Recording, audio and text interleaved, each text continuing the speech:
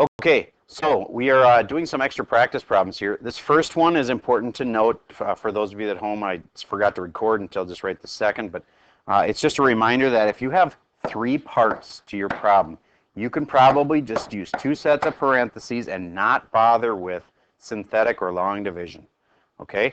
These ended up with square roots and negatives, so hopefully you know that that means they're imaginary answers. So these are imaginary solutions, that and that. And there's a total of 2 plus 2 is 4 of them, and it's degree 4. So I know if I have 4 answers and it's degree 4, I'm on the right track. Okay, so this one. This is a reminder that you got to know F-con over F-co, factors of the constant over factors of the coefficient. Now, I will tell you, we've decided to make the test calculator allowed. What does that mean? Does that mean you just get all your answers from the calculator? No, your calculator can't factor this beast. But your calculator could tell you what the roots are. Do you get that the possible roots are 2 and 9 and 6 and 3 and 1 and 18 and the plus and the minus of all of those? It's the factors of the constant, this guy, over the factors of the coefficient, which is a 1. So dividing by 1 means you just leave them all the same. It's all of these except plus and minus. That is a total of 12 things you'd possibly have to check. So how do you make it go quicker? Everybody grab your graphing calculator. And since calculators are allowed, you could just graph this puppy and see whether it touches at 2 or 6 or 9 or 3 or 1 or 18. Thank you. If any of those calculators don't work, come on back up. I think one of them doesn't work, so you're going to tell me. Here you go. This one should work then. Did? Yeah. All right. Give me just a second here. Okay, so we graphed it. Thanks for the help. A couple kids out in the crowd to get this to look this nice. But now I can see that -3 and +2 are the answers. I would have never been able to guess that +2 and -3 would be the 2 things out of those 12 possibilities. All 6 of them plus positive and negative were it. But now if you're allowed to use a calculator, which you are, that obviously saves you a ton of time. Okay, so now do you still have to do synthetic? Yeah. Synthetic is the way you get the answer. So now let's do synthetic on the 2 and the -3. And I'll just minimize this for now. I'll try the 2 first. And I get 1, 1, -3, 3, and -18.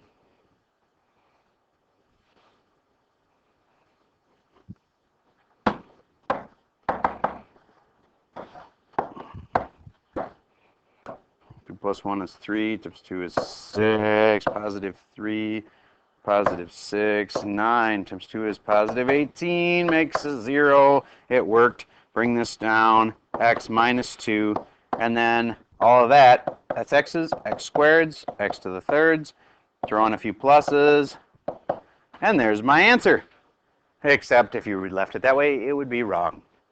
Because why? Not factored all the way.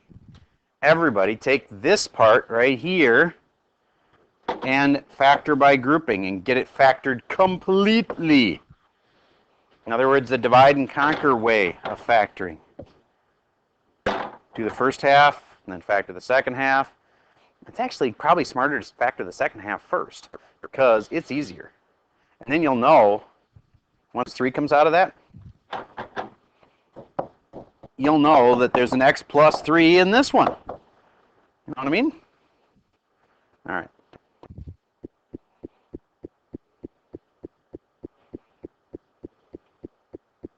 Once you get it factored by grouping, then you want to get your real answers and your imaginary answers. It's a real problem that people screw up their imaginary answers. They put them in the wrong spots. Some people think that if there's a square root, that it's automatic imaginary. No. It's square roots of negatives. The other common mistake is they forget the plus and minus. So when you're all done, would you please double check by checking how many answers you have. If you have 4 answers, then you probably have not forgotten any. Get how there's a degree 4? Therefore, you should have 4 answers. They could all be real, they could all be imaginary, there could be some of each. I'll pause for a second while you try that. So, your answer. X minus 2 is part of my completely factored answer. And then I'm doing this part. Okay, x squared came out and I have an x plus 3. So there's an x plus 3 in both of them, so x plus 3 is part of my answer. And then after I factor out the x plus 3 out of both of them, I have an x squared plus 3. Does this tell you, I know by looking at this, do I have reals only or do I have some of each? Some of each. These guys give me the real answers, and they are 2 and negative 3. The imaginaries come from this part. You needed to go up and show some work. X squared plus 3 equals 0. X squared equals negative 3. Square root, square root. Absolute value of x equals I root 3. X equals plus and minus I root 3. So there's your final answer. X equals plus and minus I root 3. Any questions on that? It's really common to make mistakes on the imaginary parts. People forget the I. Some people, if there is an I, they still put it here on the real line, which is really crazy. It's more common and understandable to me where people go the other way and think there's a square root in it, so it must be imaginary. It's only square roots of negatives. I keep pounding on that because I don't want to have to mark that wrong a single time in here. I hope nobody makes that mistake. Otherwise, it typically costs each kid at least a point. I'm hoping nobody makes mistakes on the reals versus imaginaries. Okay, this one will divide and conquer kind. See, it's got 4 parts. I want you to look for 4 parts, and if it has 4 parts, it's likely, not a promise, but it's likely it would divide and conquer factor. Go ahead, factor that all the way with divide and conquer. And there's a little twist in this one, like there is in a lot of them. When you're done, always make sure you check, is it factored all the way?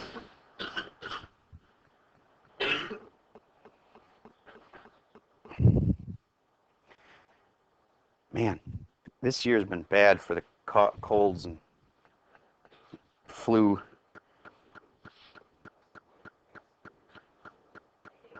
I believe it. I believe it. It's been really bad.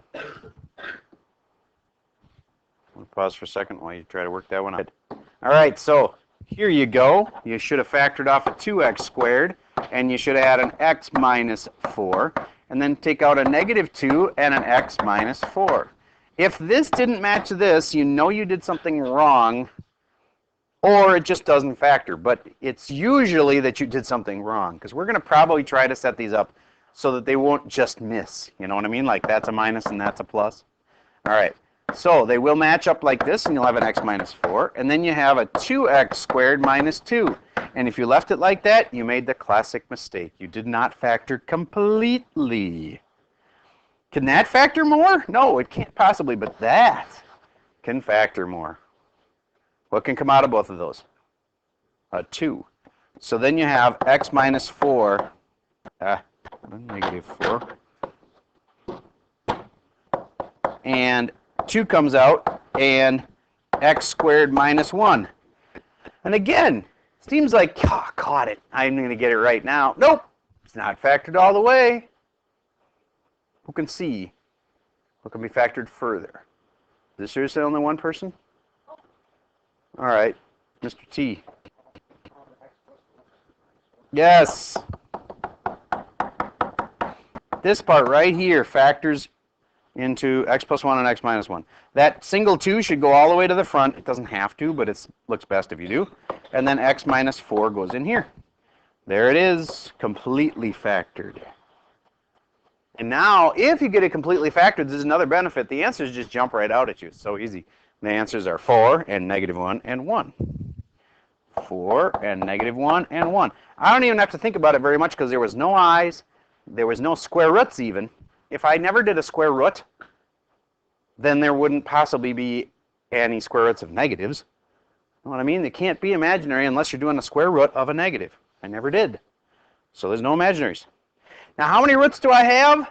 3. How many am I supposed to have? 3. Why am I checking that? Because it's really common for people to write down only 2 out of the 3 roots, for example. They forget little things. All right, let's move on. This one, 4-part factoring. Again, factor by grouping if you can. Divide and conquer is another way to say it.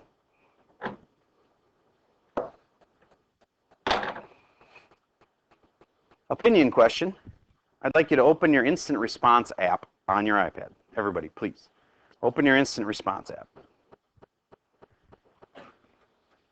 Stop factoring. Open instant response. And then tell me, what name do you use to describe this? If you were telling your friend, oh, do this to it. I've already said 4 different ways you could call this type of factoring. I want to know which one you like the best. It's an opinion question. Would you please type it into instant response? It'll have your name next to it, and I'll know how many people like. If the vast majority of you like to be called a certain thing, I'll start calling it that. I'll pause for a second while you do that instant response.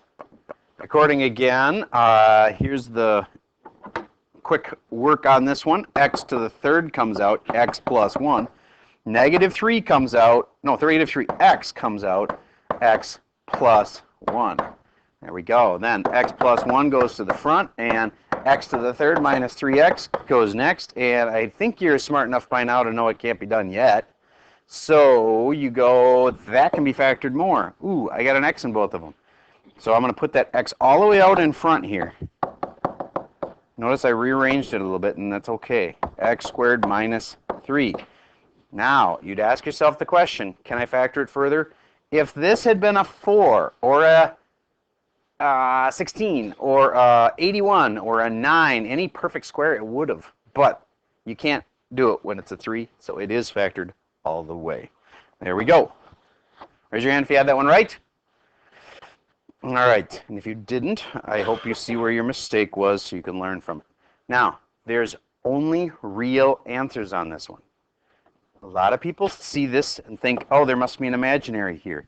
But as you solve it, x squared minus 3 equals 0. You add 3 to both sides. You are not going to be square rooting a negative, are you? And therefore, it's not imaginary. It's just a square root. So, absolute value of x equals square root of 3. X equals plus and minus the square root of 3. Now, do you get that some people would have just put the square root of 3? They'd have thought the answers were 0. Some people forget that one. And negative 1. And the square root of 3. And if I had to put that 0 and negative 1 and the square root of 3, I hope you would have counted your answers and said, I have 3 answers. And then you would have looked here and said, uh-oh, I'm supposed to have 4 answers. See what I mean? And that makes you go back and check and see, where did I screw up? It's good to know. I mean, if I was willing to, during the test, to walk by and say, oh, that one's wrong, wouldn't that be handy? It'd be really handy to say, oh, okay, I know I can fix that one then. So you look at it closer and you go, oh, that's right, it's plus and minus square root of 3. And then I've got 4 answers. All right. And then I'd always ask myself, am I screwing up the imaginaries versus the reals? And in this case, I did not. But if you would have put the square root down here, you would have been screwing it up. Why? Because there's no I. If there's no I, it can't be imaginary. All right. Moving on to this kind. This is the hardest one we're going to do together in class. I encourage you to start by thinking through, okay, is there anything that could go into everything? And there is. Now, once you get that factored out, if you don't want to like guess and check 8 million things, you may want to use your calculator to help tell you what synthetic root to check. Unless you want to go through all the factors of like the constant at the end. But there's going to be a bunch of them. First, let's factor out something from everything, though. All right, I'm going to pause while you try that one. Okay, and I'm going to refer you to the answers at the end of this page. If you look at the end of that document we were working on, all the answers are right here, so that'll help you finish that. Your assignment is to finish that and do the first review worksheet A. That's all I got for the video for today.